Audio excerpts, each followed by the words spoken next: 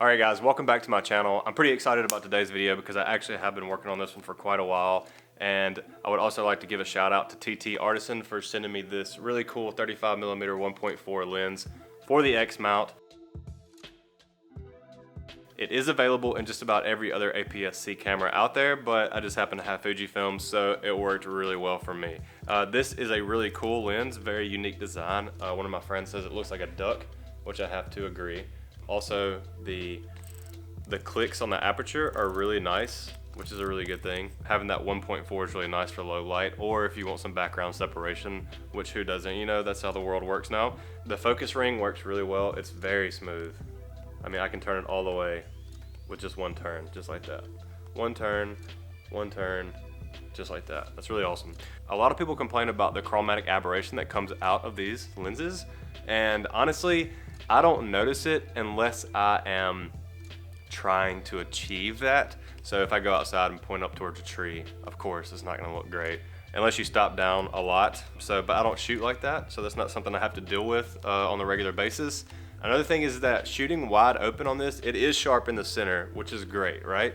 But the corners get a little hazy, so it's a little choppy looking, so it's not my favorite look, but at the same time, I don't really pixel peep that much, I guess you could say. I just don't care that much. As long as my image that I'm trying to get is sharp, especially with a manual lens, then I'm okay, because I'm going out to shoot this as kind of like a hobbyist, is the way I treat it.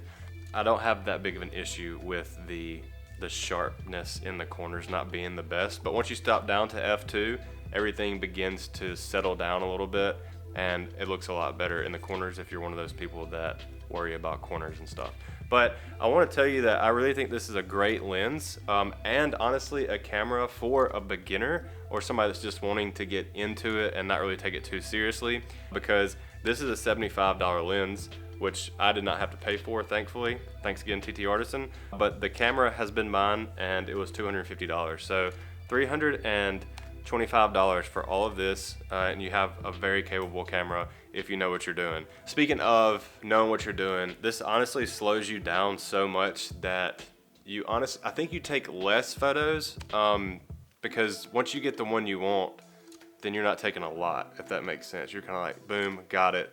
Let's move on. So you get to enjoy life a little bit more, and that's really something that I get caught up in whenever I'm photographing anything, especially on a trip or something. I'll have my X100V just shooting, you know, everything I see I shoot pretty much, because I think everything's interesting when I'm on a road trip. I highly recommend it, especially if you're kind of in a creative rut.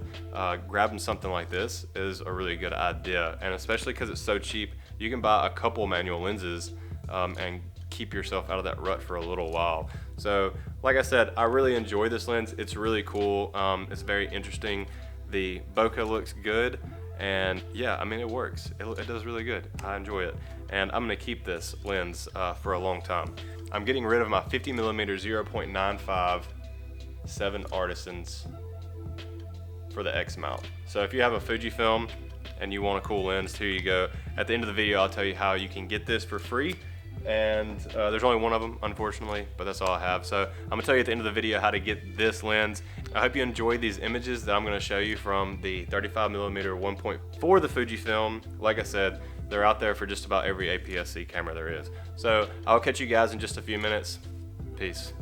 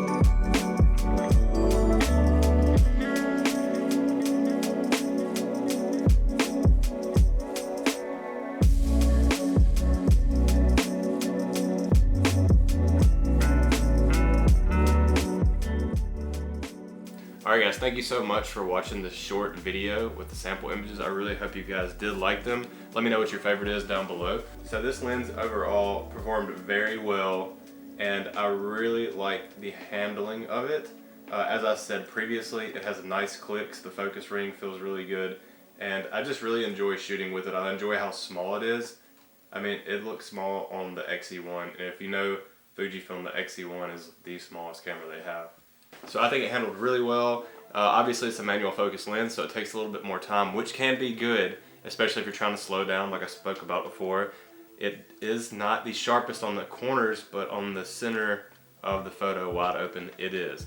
So take that with a grain of salt, because if you're one of those people that don't like that, then you probably won't like this lens. But $75 to get you out of a creative rut, I would say, is worth every single penny. Now, unfortunately, it's not weather sealed, neither is this camera, so I wouldn't run out into the rain with it if you do decide to get one, unless you just don't really care about your camera or your lens. I mean, it has everything you need. I mean, it's a lens, and it works pretty well.